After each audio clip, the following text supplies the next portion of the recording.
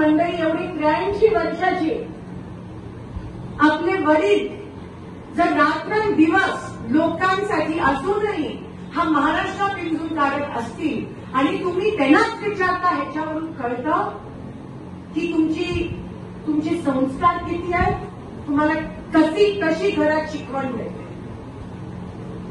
आणि ते सगळे ज्यांना संस्कारच दिले गेले नाहीये ते सगळे एकत्र झालेले असतात. तुम्ही बघू शकता माझ्या विरोधात जे उभे राहिले, ज्याला तुम्ही पार्सल वगैरे म्हणता, मला काय म्हणायचं नाहीये, ते देखील काही दिवसापासून शिंदे साहेबांबद्दल बोलत आहेत. चेतन भाऊनी बरोबर उत्तर दिलं त्या ठिकाणी. अरे भिडायचं तर माझ्याशी भेट ना, मी उभी आहे ना उमेदवार म्हणून. माझ्या वडिलांना काय एवढं बोलताय तुम्ही? आणि लाज वाटायला पाहिजे तुम्हाला.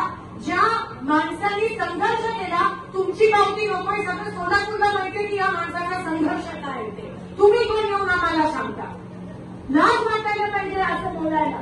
मी कधी कोणाच्या त्यांच्या वडिलांवर किंवा दादाने करता, आपण सुसंस्कृत लोक आहोत म्हणून मला इलेक्शन पण त्या पातळीला घेऊन नाही जायचं. मी उमेदवार आहे, ते उभे नाही राहिले. भिडायचं तर माझ्या कामाबद्दल बोला. 15 वर्ष उगाच नाही माझ्या लोकांनी मला निवडून आणलं, तो पण संघर्ष होता. आणि तुम्ही म्हणताय संघर्ष नाही म्हणजे तुम्ही माझ्या लोकांना अपमानित करताय, मला नाही.